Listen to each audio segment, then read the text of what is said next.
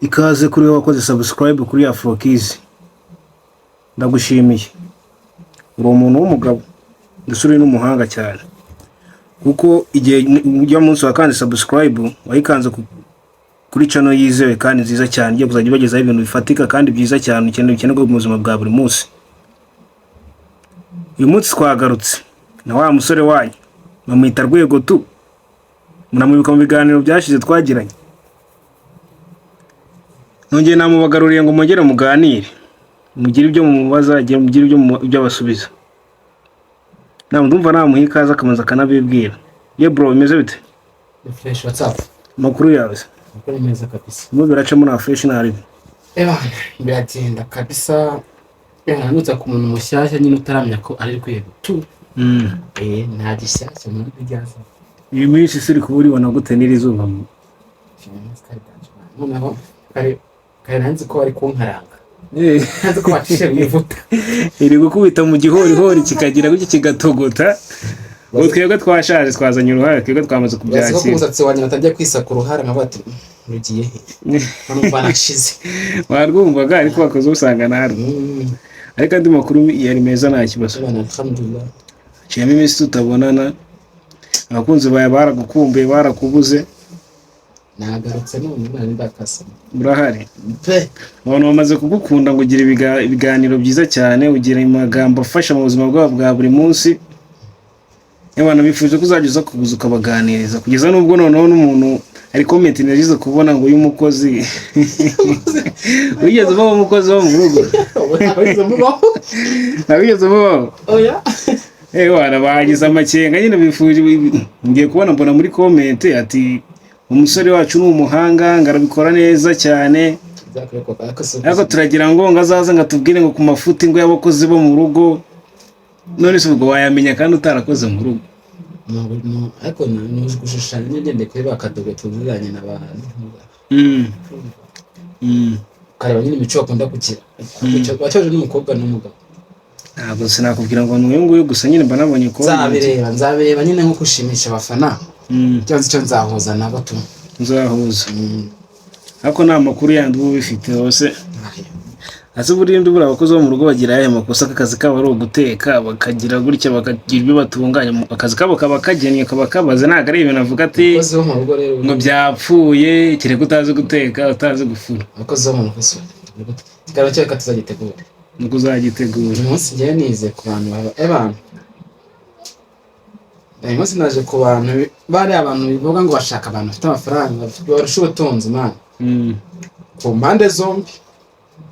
Numva gasanga umusore cyangwa umugore ntabwo umukobwa akora barabashatse nabo bashatse bavuga n'umugore kuko umukobwa wese ni umugore n'umusore wese ni umugabo cyane ko noneho byabaye abagore byanyabyo byeruye sigaye ubona akana ugasanga akarusha nyine umugore.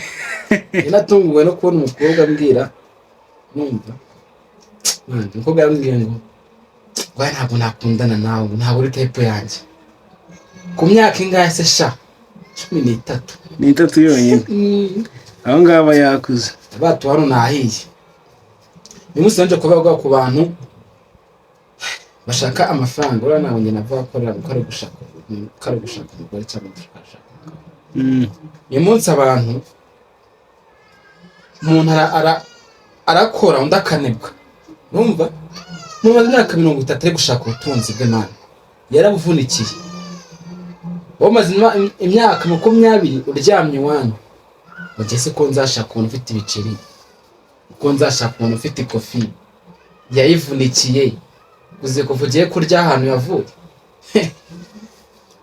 ugaza abantu bayiciyemo ikajya bajabuka ugashaka kumva ko ugiye kwigira de bande mugiye kurya kwikofesha y'umuntu wivunikiye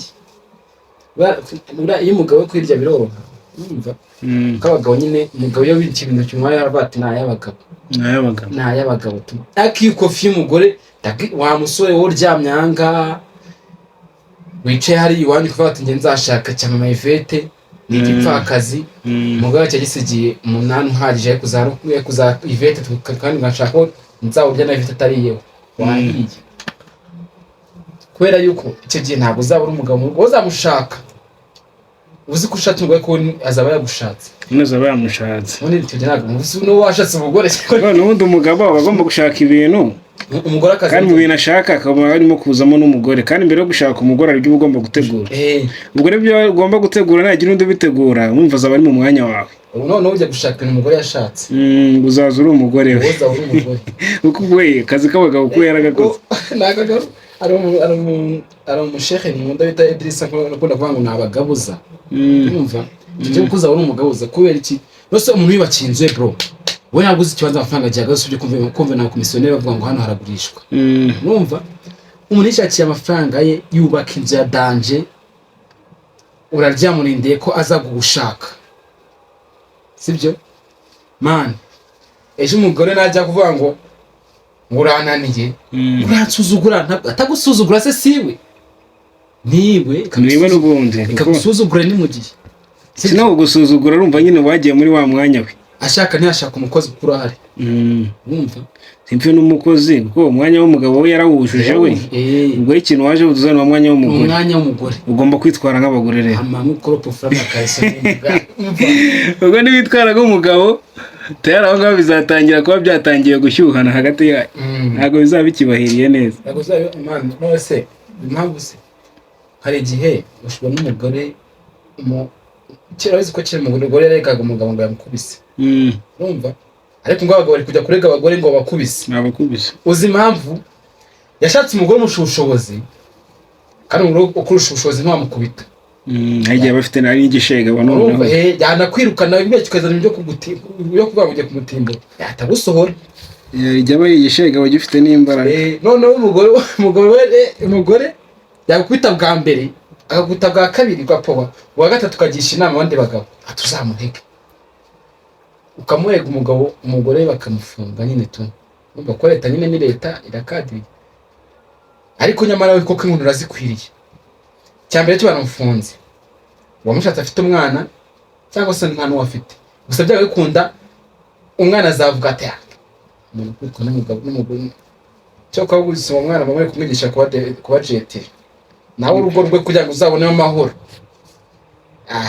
arakunyuka baba bari kumwongerera uruburuseri mu mubiri mu mubiri man sei none se wambwira gute ko azubaha umugabo we kandi abonye mama atimbura papa ariko sibyo ko sinzi nyine ni simba ari si dutuye ariko isigaye imeze niko ishushanije ngo n'umubiri kuko navuga ngo ibihengo byarahindutse ibihe umuntu wabona n'ubundi zuba riracyaba imvura iracyagwa ahubwo abantu basigaye barahindutse abantu bangiriye ibigihe nta kintu cyahindutse kuko isaha iyo ifite amasaha y'ihonda 60 iminota 60 amateresi sinayabaze neza urumva igihe ntabwo cyahindutse abo twe twarahindutse twumva ko n'ibintu byahindutse abantu barahindutse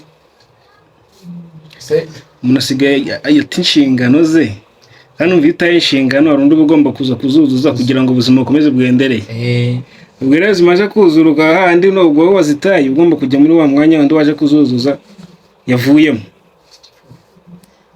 noneho ugasanga no mvuze ku ruhande rw'abagabo ibintu bibabaho ajya ku rw'abagabo none umva ukuntu umugabo yanarenganye urumva umugabo ashaka umugore afite nyine umugabo afite imyaka myinshi runaka wenda ujya nka tukote ku maguru yashatse agashaka umuntu bangana reka urumva byanga ko ndagomba gushaka umuntu uri hasi 23 byarenze twahanda n'ubundi byarenze 25 urumva njya gushaka njya gutanga ashatse nka mushiki wanjye runaka sibyo yego aca ko nafite gusunda abakobwa bose tutabashaka yata mushiki wanjye aba nenda yanjye kutaka ndamba namushaka urumva umugore akagaho agatakaza kakamushugurika ku cyumweru cya mbere kamukorera massage ya danu mugati urebe mfiza cy'umwana we cyarakuze umukobwa aravuga ati umushaje reka ajya gukora utuntu tumubiri wawe ugaruka ku muntu n'umwana abaze icyo ashaka ntabwo abaje kwirirwa afite intata akareka we yakubariye diplome yamaze kwishyira mu mutwe nta yidishira afite urumva amezi 6 insazi aho kuri utwo tuntu umwaka ugashirvura kubanza kwibagirwa ko ari umusore itikurika nyuma y'umwaka itikurika ritangira dusezerane bitewe n'ukuntu yamufataga bati se ko yanyuma reka tubikore mugisezerana muva ku rukiko numva mwita mwese gushaka uburyo mwandikisha divorce itsazi yihuse wese amenyeze abagabo rero njye mbabaga barabaroze mu mutwe nta byaranyobeye leta kizo gahunda yo gusezerana ivangura mutungo numva bakajya basezerana buri wese kwa divorce wese akatwara ibyo yazanye ariko umugabo bakimwica mu mutwe wahita yemera ivanga mutungo kandi umukobwa yavanye aho agasakame karimo imyenda yo guhindura ariko n'ubundi ikintu cyo gusezerana biba ari ubwumvikane bwo hagati y'abantu babiri niba hamwe n'ubundi ukuntu niba hamwe umugabo afite ikintu ashaka n'umugore afite ikintu ashaka ahubwo sinzi impamvu baturusha imbaraga kandi tubarushize umubiri umugabo ni iki n'abashaka usibye kumva umugore ukuntu ameze umugore waba yabyarutse aba afite imibare y'iki yayanze arimo numva n'ubuceri no kwikenura byose anavuga ati kira cyashe umugore arashaka nabwo yakorera divorce mukiba gusezerana ataguye ikintu ukahita upfa gatasha cyangwa undi muntu igihe bashatse baje no gushaka amaramuko ya boyfriend ya boyfriend we man abone ko bazabana neza mu minsi iri imbere cyane ariko amukubita ikirindi agapfira akitwa n'ushinge kwa muganga bamuteye umva kate yaki yari gupfa n'ubundi ni urushinge kandi ari kinini yanyweye n'ubundi ubwo tayari umukobwa imara akabara yujuje ebana ka Patrick kakaritse ujya konukana kamuryoshyeho ngo urumva famille y'umugore batitasha iyo badasezerana itanga mutungo bwa kujya no kuburanira iki ya mitungo basi kagakwega ku muryango ariko se ayiburana gute ntabwo ayiburana kandi yarabaye ye kare yanagutsinda yari nyirayo yifatanyije bari mu gifatanyije n'umuntu akakivamo kiba gisigaye ari icyabo urumva nyine nawe control bariye asohoye ko abagore mba numva utabakozwa wowe ntago abagore bajye bari bakugusha bona jewe kugira ngo ngurangushe man wenda kuvuga ndabizi navuze ngo mimanzi biragorana byakira nyine muri no myaka noneho kuri 2020 biragorana man ntago byumvikana kubwira umuntu ngura imanzi bwatega ceza rero ngijana ntago yabyo akoze ibyo kuba bitanumvikana muri no minsi gusa ariko ndakubwiza ukuri yuko kuva nakodesha man geto yanjye nta mukobwa urayizamo numva mwenda ashobora kuzimo n'abaturanyi numva ko ntabwo yaza ngende nyine mu rugo kirazira iyo nta muntu ufite umushyitsi wundi uri buzi nyine mutuma bikandagira kubera iki bananga rwaserera none ko yani cyo cyabira bintu arigiye mani umuntu birikira muhuriraho numva akakugira igikoresho cyangwa akaguharabika bataka nawe umuntu basa neza ko turakata sose igahera rahagiye impamvu abivugana uko mwahuye bikaba ariko ndi nkanje tutahuye se yazavuga mu kizi ubwo we kwiproteja se nge nari impfa hose ngewe nibyo nirinze tu mwese nushaka umugore ahubwo akaba ari uguharanga none avuga ati ari umugore wanjye Imana zitizo ati nta mane burya nta mane mfite wa mugabo wanjye njya kwiyorosha ishuka ngasanga ngo yarangije niba natazashaka n'umugore nabyo ntabwo nzashaka umugore gikubita mane ukubita nk'ukora akayetide murati zarohere asiyasa mwana waraniye kuzaba akamanzi tu nyine nzaba imanzi kugeza umunsi zashakira umugore akanana cyangwa umunanira ku myaka yawe ingahe myaka ya 20 w'imanzi wanazivuga nabi twaserera biragoranye ari umudaza nigeze kubona kuri social media nuza kuri TikTok ari kuvuga ati nguracyari isugi nguracyari isugi gukomeza ububike ngari igihe ngo uzabuha umuhungu w'imbwa ngo waranze kuba umuntu muzima akarura kazi akanageze ukabona ariko ndewe ibintu byasbita bisimbuka none se ufite umuntu ububikiye nyine ngewe yesize ukuntu mbayeho mwana serious. urabizi nuko utabisobanukiwe cyane. Ariko nyine ku magambo bro ndakubiye ku magambo nta muntu wazi utanshimira. Ari hano tugana kwa turi wo guhahira hese kugeze hamwe.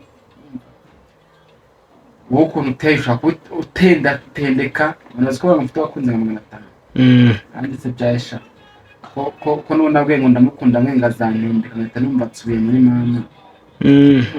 Utusubira inyuma mu bitekerezo. Ibitekerezo rero atungwa no mu cyiciro cyanjye ko gukundana bitabimba gutendeka.